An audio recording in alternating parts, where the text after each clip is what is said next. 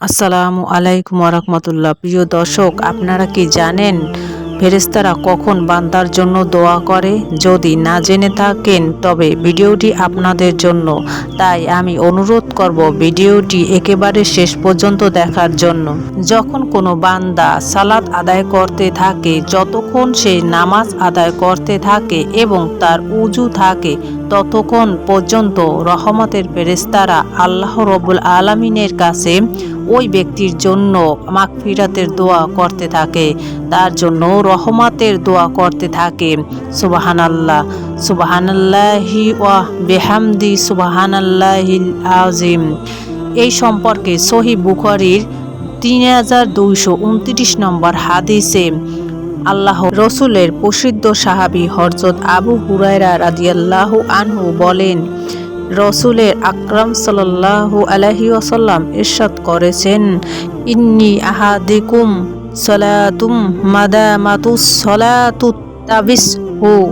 তোমাদের কেউ যখন পর্যন্ত সালাত আদায় করতে থাকে, নামাজ পড়তে থাকে, ওয়াল মালাইকাতু তাকুলুল, ততক্ষণ পর্যন্ত রহমতের ফেরেশতারা আল্লাহ রব্বুল আলামিনের কাছে ওই বান্দার জন্য ওই বলে দোয়া করতে থাকে, আল্লাহুম্মা গফির লাহু ওয়ারহামহু।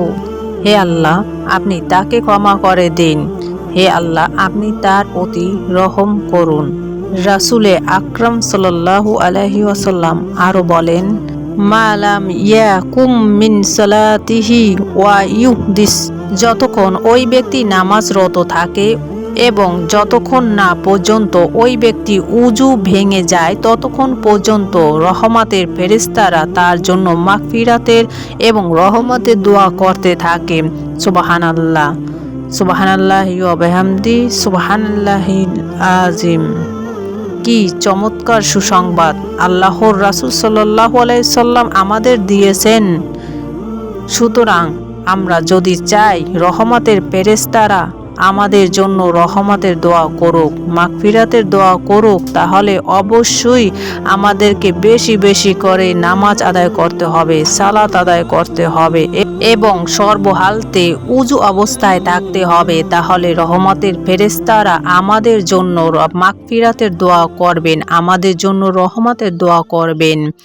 যেই রহমত ফেরেশতাদের কোনো গুনাহ নেই, যারা সর্বহালাতে আল্লাহ তাবারক ওয়া তাআলার পবিত্রতা বর্ণনা করেছেন, এমন রহমতের ফেরেশতারা যখন মহান মালিকের কাছে আমাদের জন্য মাগফিরাতের দোয়া করবেন, আমাদের জন্য রহমতের দোয়া করবেন, অবশ্যই মহান মালিক তাদের দোয়া কবুল করবেন। সুতরাং আমরা সকলেই সর্বহালাতে উজু অবস্থায় থাকার চেষ্টা করব এবং বেশি বেশি সালাত আদায় করব।